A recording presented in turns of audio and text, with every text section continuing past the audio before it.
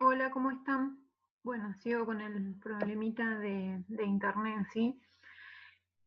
Bueno, me propuse igual grabar este video a ver si entendemos algo de lo que estamos viendo, ¿sí? ¿Se acuerdan que habíamos visto la mirada del otro? ¿Sí? Esto tiene que ver con darnos cuenta que la literatura sí tiene que ver un poco con la historia. Vieron que habíamos dicho que no era una clase de historia, pero eh, la lectura, ¿sí? Lo que nosotros leemos, tanto los textos literarios como los libros, las novelas, ¿sí? Por ejemplo, podemos leer cartas, ¿sí? ¿Se acuerdan la carta a Colón? Podemos leer tratados históricos, todo tiene que ver, ¿sí? La lectura con la historia. Entonces, para interpretar siempre nos tenemos que enfocar en el proceso, en el periodo de producción de la obra, ¿sí? En el contexto histórico, mejor decirlo así. Enfocándonos en ese contexto histórico, ¿sí? De escritura, nos damos cuenta que cada uno tiene una mirada diferente de acuerdo a lo que nos dice, ¿sí? Y a lo largo de la historia vamos construyendo una imagen de lo que leemos, ¿sí? Porque nos dijeron algo de una manera. Pero hay muchas maneras de ver, ¿sí? La lectura. En este sentido, vamos interpretando nosotros, a través de las diferentes lecturas, qué mirada encontramos, ¿sí? Habíamos visto la mirada conquistadora, ¿sí? La mirada extraña hacia el otro, de diferentes puntos de vista. Habíamos comenzado con la conquista de América. Entonces después ya nos venimos en la clase 7, ¿sí? Que bueno, que yo les había mandado por WhatsApp. Nos vinimos ya para estos lados, ¿sí? Ya sea el 1800, ¿sí? Con la Revolución de Mayo. Les había explicado, o sí, mediante el escrito, acá tengo la clase 7 acá, que era una revolución, ¿sí? Les había dado el ejemplo que iba acompañada de un sustantivo, porque podía ser, por ejemplo, no sé, una revolución hormonal, ¿sí? Que esto que tiene que ver con los adolescentes. También había, por ejemplo, hubo una revolución industrial, ¿sí? Que se había dado en el siglo XVIII en Inglaterra. Siempre estos términos de revolución aluden a un cambio, ya sea político, económico, ¿sí? Siempre la revolución va a ser un periodo de cambio.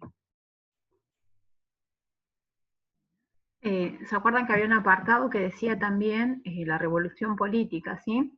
Esto es cuando se intenta cambiar en una sociedad el sistema de gobierno, ¿sí? Ya sea por diferentes modos, por que no se tolera que la distribución sea desigual, ¿sí?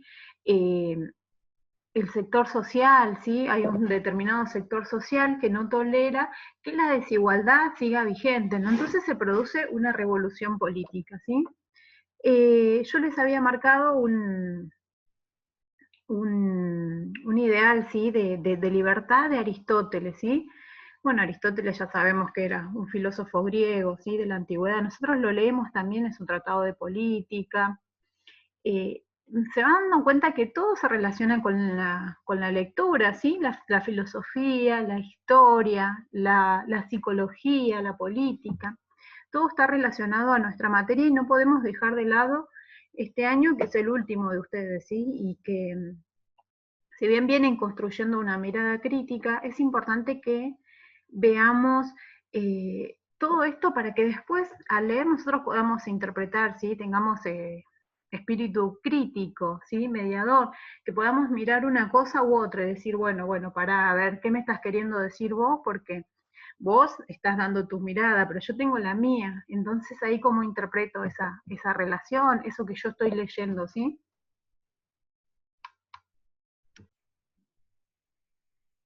Y bueno, Aristóteles en su Tratado de Política nos dice cuál fue el motivo de algunas revoluciones, ¿no? Yo acá les leo un pedacito que les había puesto un fragmento, ¿sí?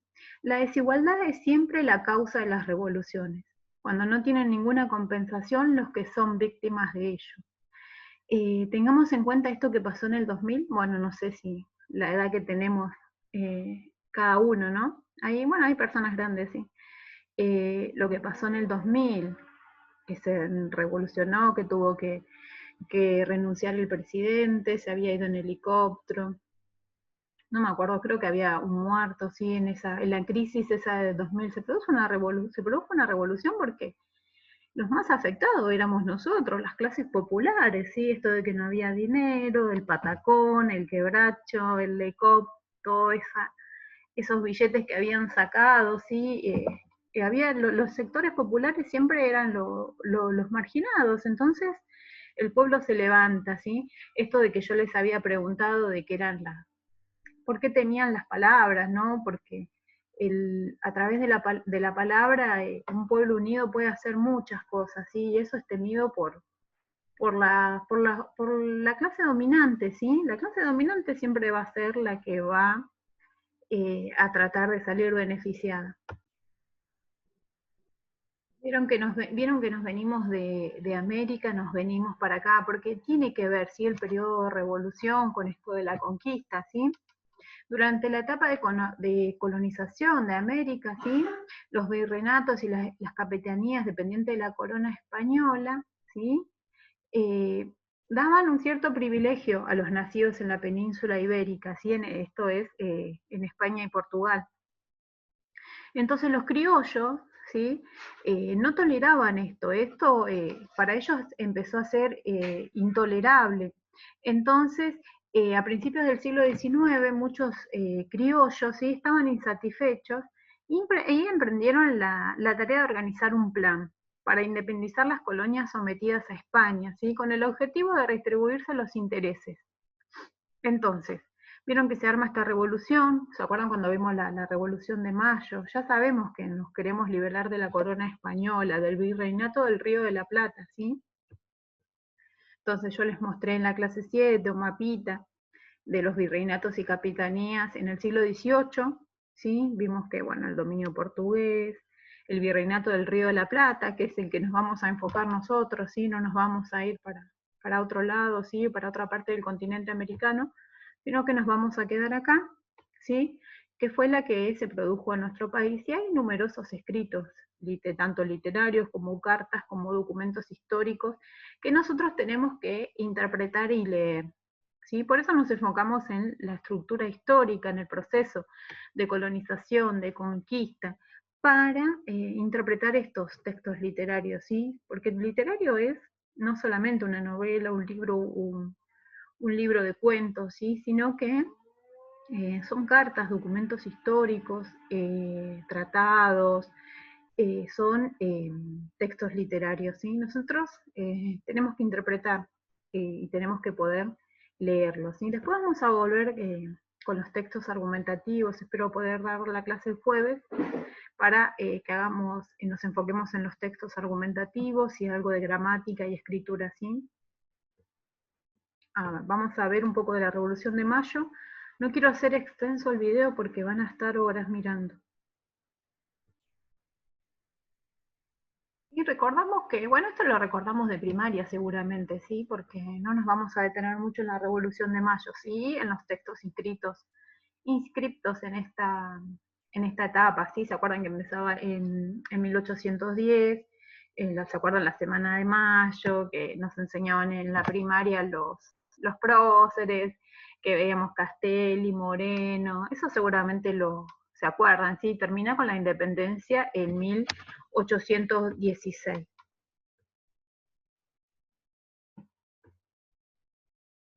A ver qué bajo acá, esperen. Después, no sé qué pasó que se me fue la imagen mía. No me van a ver, pero bueno, estoy acá todavía, ¿sí?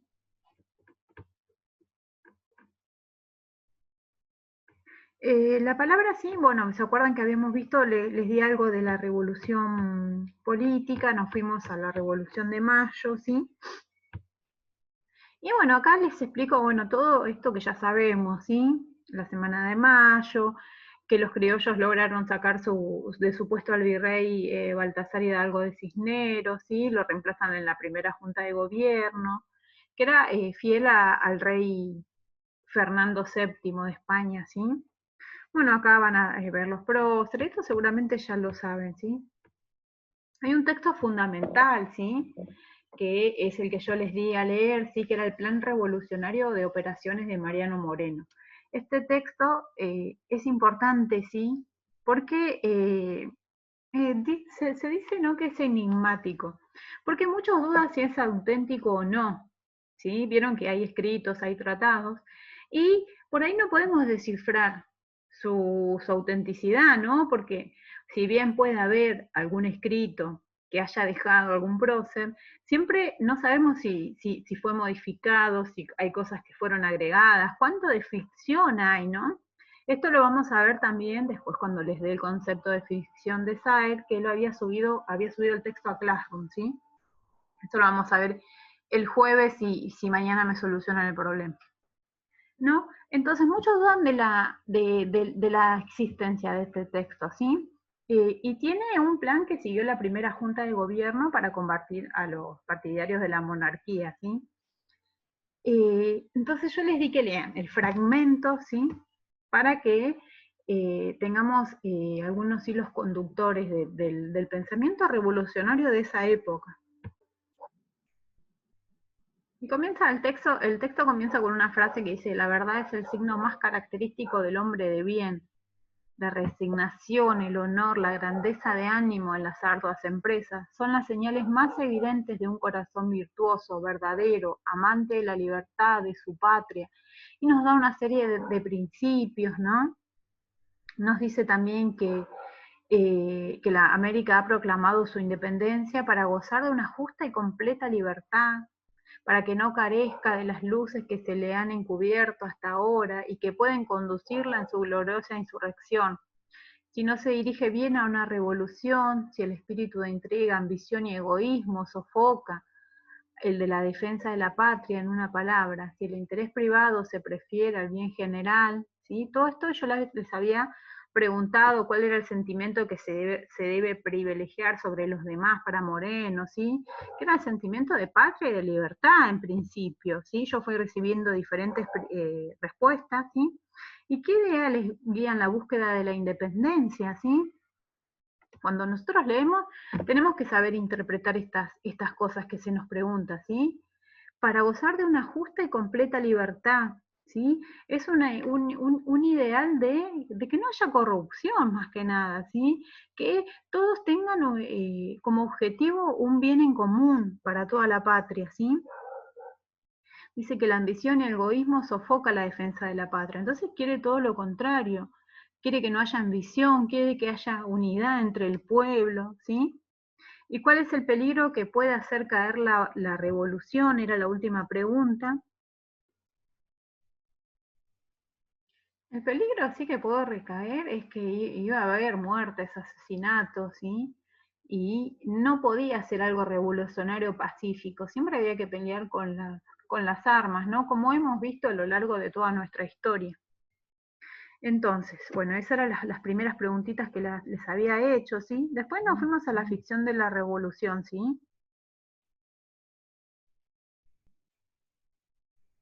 Acá les había comentado, bueno, un poco lo que les comenté al principio, así que así como los historiadores completan el vacío que le plantea la historia, ¿sí? Porque pueden reconstruir ciertos tratados, ciertos fragmentos recopilados. Entonces los historiadores van reponiendo esa parte de la historia, ¿sí? Los escritores de literarios, de ficción, ¿sí? También recrean los vacíos desde la imaginación. Entonces ahí hay como una brecha entre la ficción y la realidad, ¿no? No sabemos qué es completamente ficción y qué es completamente realidad, ¿sí? Pero el escritor literario, ¿sí? Se enfoca en estos procesos históricos, ¿sí? Vamos, ¿qué les di? A ver.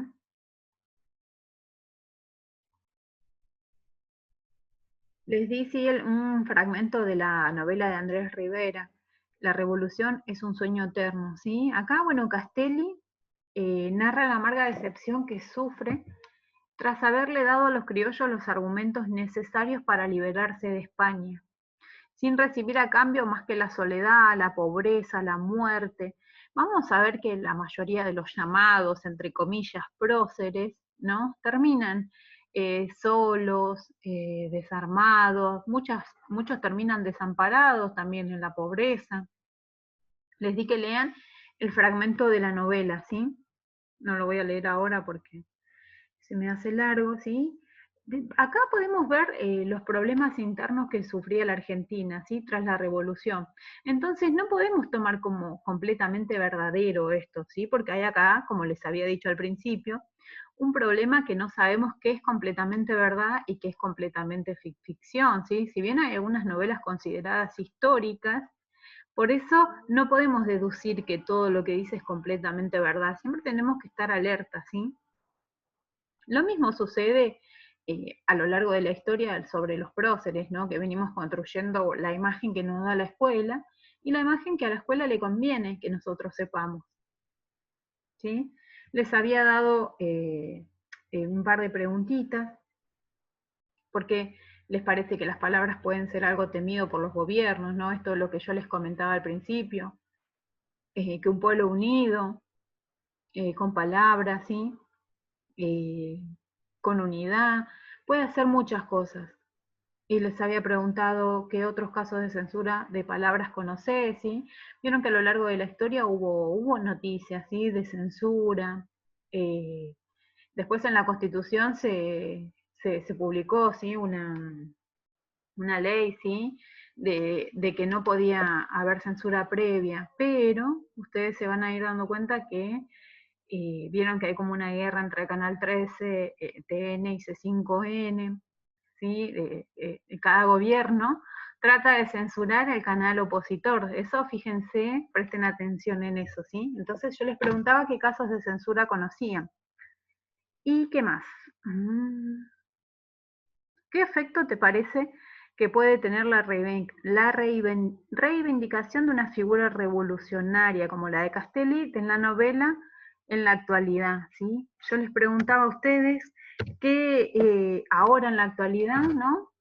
¿Qué, qué podría ser Castelli? ¿Sí? ¿Qué efectos tendría en nosotros esta imagen revolucionaria que habíamos leído? ¿Sí? Pues bueno, ya un par de respuestas recibí, me queda corregirlas, ¿sí? Esta era la clase 7, se divide en dos partes. Vamos a la clase 8, que es la clase de hoy, ¿sí? Seguimos un poquito con la revolución para después meternos en esto de la civilización y la barbarie, ¿sí? El Facundo es un texto muy importante de lectura sobre Sarmiento, ¿sí? A partir de los textos literarios no solo podemos conocer datos históricos, ¿sí? Sino que también podemos conocer el contexto, ¿sí? De producción de esa obra, el contexto por el cual atravesaba un determinado país en ese momento. Podemos conocer el pensamiento del escritor, ¿sí? Si tiene algún problema con el gobierno. La lectura nos permite conocer todo esto, ¿sí? La literatura es un medio por el cual yo voy a conocer datos históricos, ¿sí? Voy a conocer procesos revolucionarios. Después, bueno, sí, están los textos que son ficcionales, ¿sí? Que, bueno, son las novelas, los cuentos, ¿sí? Tenemos distintos cuentos de hadas, de terror, de ciencia ficción, de cuentos realistas, ¿sí? Humoristas. Eso vamos a hacer un breve repaso hacia el final de la cursada. Pero ahora nos queremos enfocar en esto, ¿sí? Para que ustedes puedan discernir entre la ficción y la realidad y siempre se puedan posicionarse para criticar y ver, ¿sí? Si lo que el otro me está diciendo, yo creo que es así como me lo dice. Si nunca me tengo que creer todo lo que me dicen. Vamos a la clase de hoy, ¿sí? Sigue un poco con lo mismo, pero ya nos vamos más a cómo se construye, ¿sí? La Argentina bajo un sistema federal y unitario. Esto ya lo habrán visto ustedes, me contaron que ya habían leído El Matadero, ¿sí? Entonces yo acá les cuento lo que es la historiografía, ¿sí? Que es la escritura de la historia. Pero, ¿sí? No deja de ser un espacio literario, por eso vemos que tiene una estrecha relación, ¿sí? Los historiadores reconstruyen e interpretan los acontecimientos según su propia ideología también, ¿no? Siempre se pone en juego la palabra del que escribe, ¿sí? Se pone de manifiesto una determinada ideología. Entonces, vieron como lo que le contaba Andrés el otro día de la ministra Acuña, ¿sí? Que dice que los docentes adoctrinamos, pero los docentes solamente informamos en las personas, en los chicos, en ustedes, un pensamiento crítico nada más. No es que muestro un posicionamiento político, en mi caso, yo les doy mi ejemplo, ¿sí? No muestro mi posicionamiento político, sino que les digo, bueno, a ver, fíjense, que esto nos dicen esto, pero es esto, ¿sí? Lo mismo pasa en la literatura y en la historia. Siempre el que escribe puede llegar a tener su posicionamiento y dejarnos ver su punto de vista, como vimos al principio, sí, sobre la conquista de América. La historiografía sí, liberal en Argentina fue una corriente de pensamiento. Impulsó la construcción de una identidad nacional centralizada sobre la base de las ideas y discusiones que se desplegaban en la ciudad de Buenos Aires. ¿Sí? La identidad centralizada, ¿sí? Es decir, en un solo poder, se contraponía a la nacional, federal, porque los otros sectores de la población, ¿sí?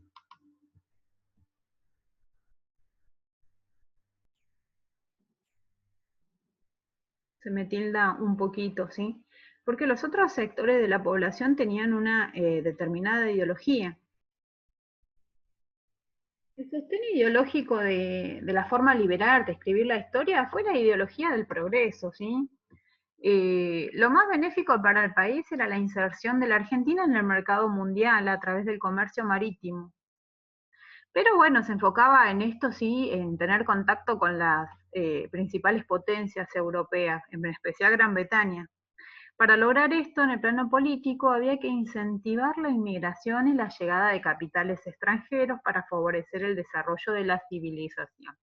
Después nos vamos a centrar, en la idea de Sarmiento, en las de civilización y barbarie. Pero vamos a leer fragmentos nada más, porque lamentablemente no llegamos a leer todo. Igualmente, les voy a subir yo la obra completa, ¿sí? Había que reconstruir la historia, a su vez, ¿sí? A medida que estas ideas avanzaban, y tenían que descartar y devaluar todo elemento que pudieran identificarse con el atraso, ¿sí? Entonces, todo lo que era progreso, ¿sí? Ellos lo tomaban como una idea de civilización.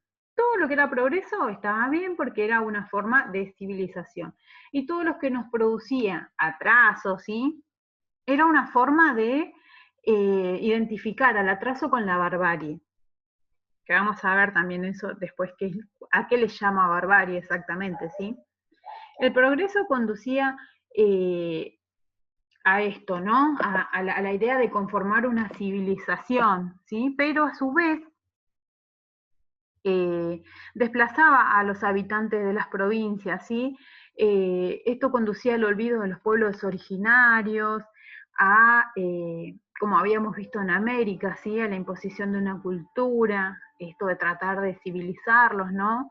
Eh, Significaba también un poco avasallar contra los principios del pueblo.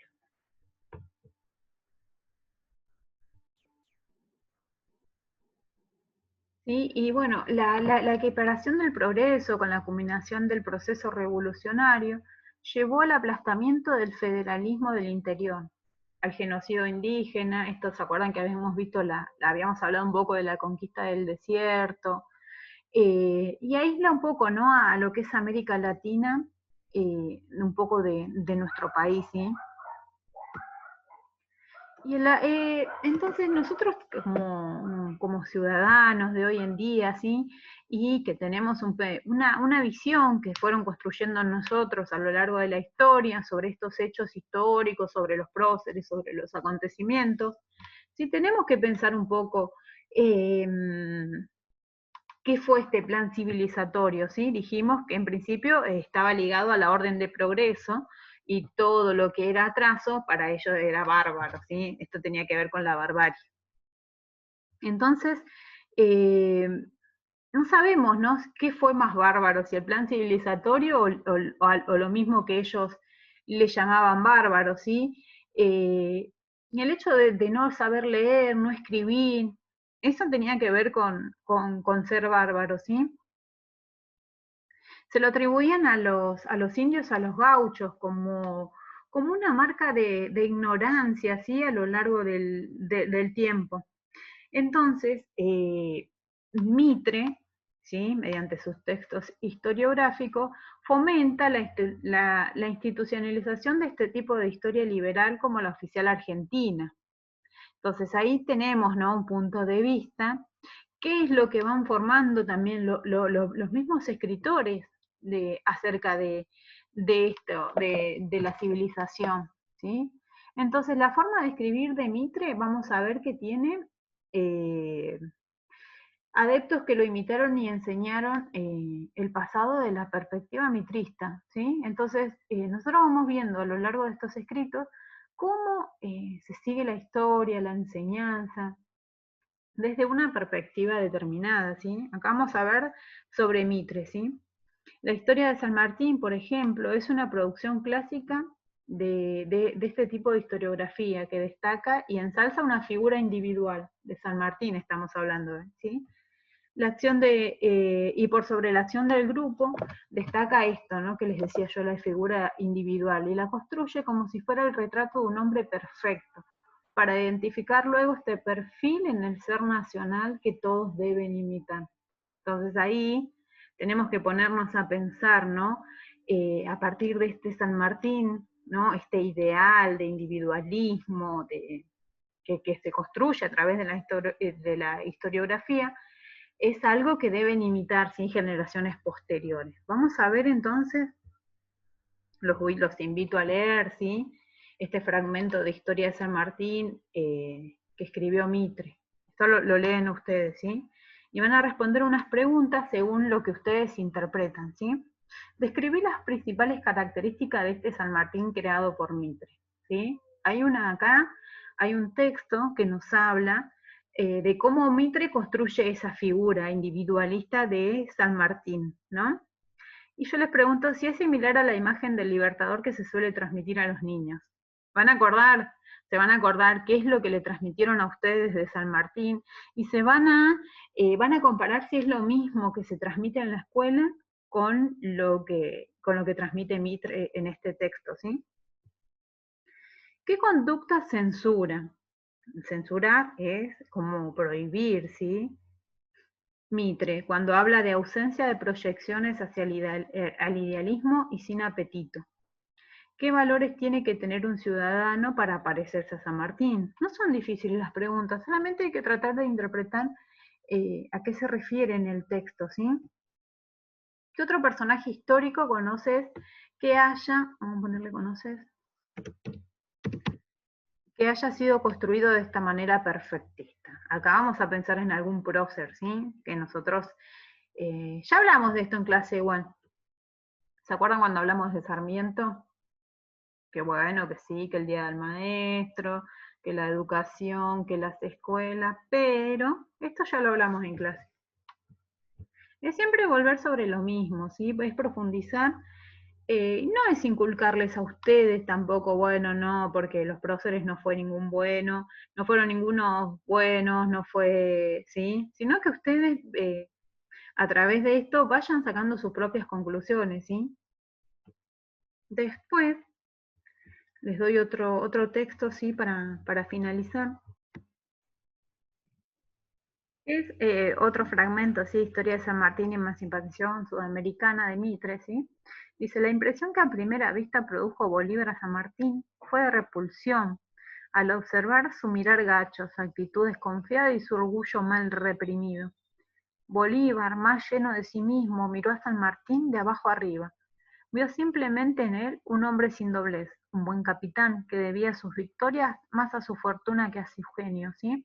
Y después abajo les hago, ¿no?, una pregunta, y no hay que contestarla, ¿no?, pero es una pregunta retórica. ¿Cómo supo Mitre que Bolívar le causó repulsión a San Martín, ¿no?, aun cuando este último mantuvo un retrato del primero en su casa de París hasta su muerte? ¿No? Mitre describe en su historia una imagen de Bolívar como un hombre ambicioso, desconfiado, ¿sí? Desequilibrado, pero para borrar a través de la historiografía las huellas del pensamiento. demonizada su figura en la historia, no había peligro de que resurgiera su idea de una América libre y soberana. ¿Sí? ¿Se dan cuenta acá cómo es lo que venimos diciendo a que construyan, ¿sí?, la historia, la imagen de los próceres de acuerdo a su ideal, a lo que a ellos les conviene?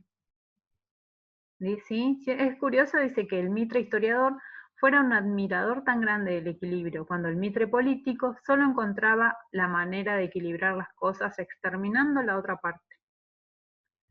Entonces, bueno, acá les doy más información, ¿sí? Que otro espacio donde se construye la mirada, una mirada, ¿no?, como omnipotente, ¿sí?, valerosa, de los próceres, es a través de los himnos, ¿sí? Bueno, yo acá les doy un ejemplo del himno a San Martín, el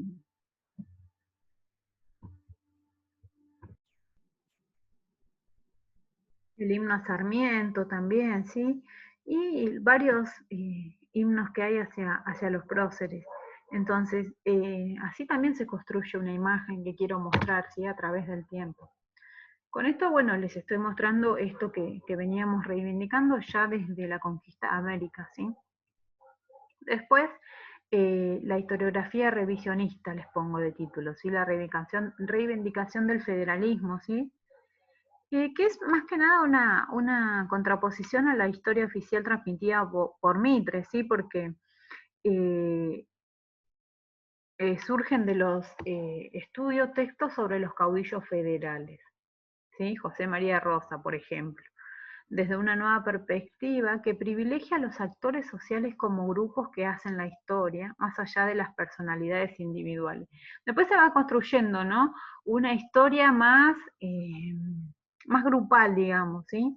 Entonces yo eh, les sugiero leer, ¿sí?, una entrevista que le hizo Clarisa Alcolano a Pacho O'Donnell, que es un historiador, un escritor, ¿sí? Es especialista en psicología también, ¿sí? Y bueno, ella le hace una entrevista para entender un poco lo que es esta revolución criolla.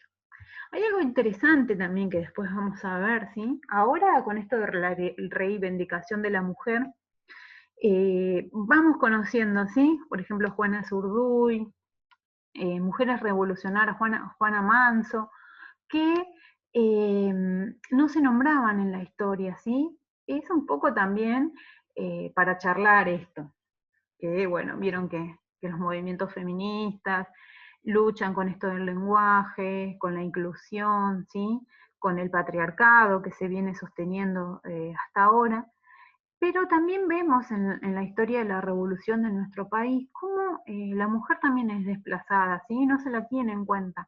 Hoy en día se habla más de estas cosas, ¿sí? Se incluye a las mujeres como verdaderas heroínas también de nuestra historia, pero en un principio fueron olvidadas, ¿sí? Después lo vamos a ver eso.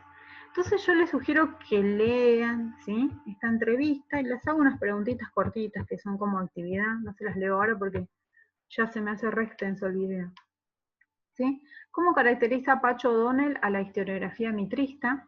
¿Qué es lo que habíamos visto nosotros anteriormente, ¿sí? ¿Qué es lo que quieren construir Mitre? Una imagen como del prócer de San Martín, ¿sí?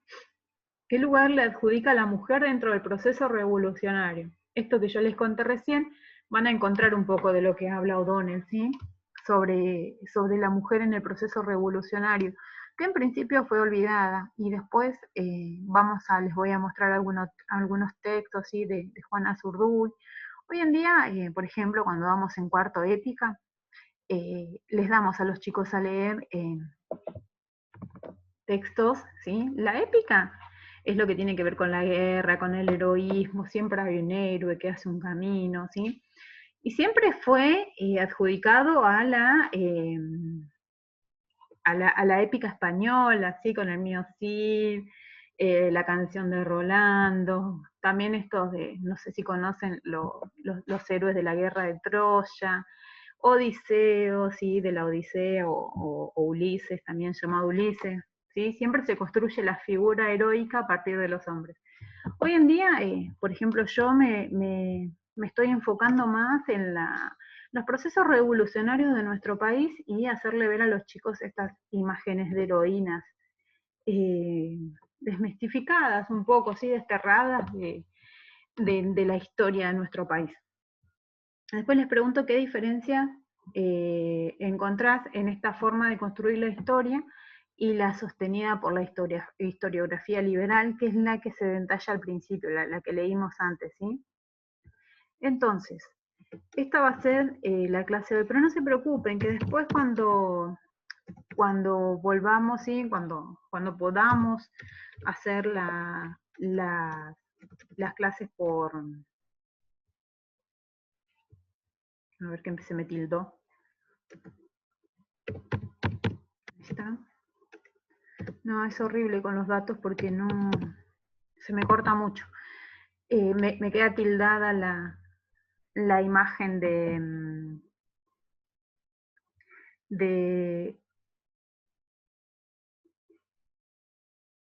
Se me queda cargando el Zoom y no... Se me corta mucho, ¿sí? Entonces lo voy a dejar acá. Vamos a responder esto, ¿sí? Sobre la historiografía liberal hablamos al principio, ¿sí? Esto material de lectura, que es lo mismo que yo hablo, pero está escrito, ¿sí? Y vamos a ver cuando podamos hacer la clase, esperemos que el jueves retomamos todo esto y lo vamos charlando, ¿sí? Sobre los textos, ¿sí? Qué es lo que construye la historiografía, vemos textos literarios también, leemos cartas, ¿sí? Muchas cosas tenemos que ver para darnos cuenta qué imagen se construye a lo largo de la historia, qué es lo que nos quieren mostrar y qué es lo que no, ¿sí?